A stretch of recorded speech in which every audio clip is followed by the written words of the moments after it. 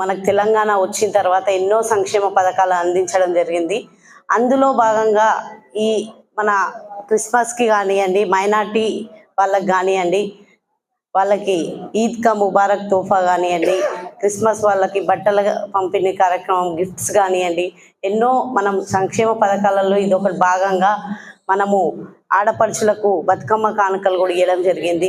అలాగే ఇప్పుడున్న ప్రభుత్వం కూడా కొన్ని ఇప్పుడు అవి శాంక్షన్ చేయడం కూడా చాలా బాగుంది. ఇంకా కూడా ఇక ముందు ఆ ప్రభుత్వం కూడా ఇంకా అన్ని సంక్షేమ పథకాలు నెరవేర్చాలని కోరుకుంటున్నాను. అలాగే మన ప్రభుత్వం ఉన్నప్పటికీ కూడా ఇప్పుడు మన వేరే ప్రభుత్వం ఏర్పడిన కొన్ని వచ్చినాయి గిఫ్ట్స్. అప్పుడు చాలా ఎక్కువ వస్తుండే, ఒక్కొక్క పాస్టర్స్కి మొత్తము చాలా పెద్ద ఎత్తున ఇవ్వడం జరిగింది.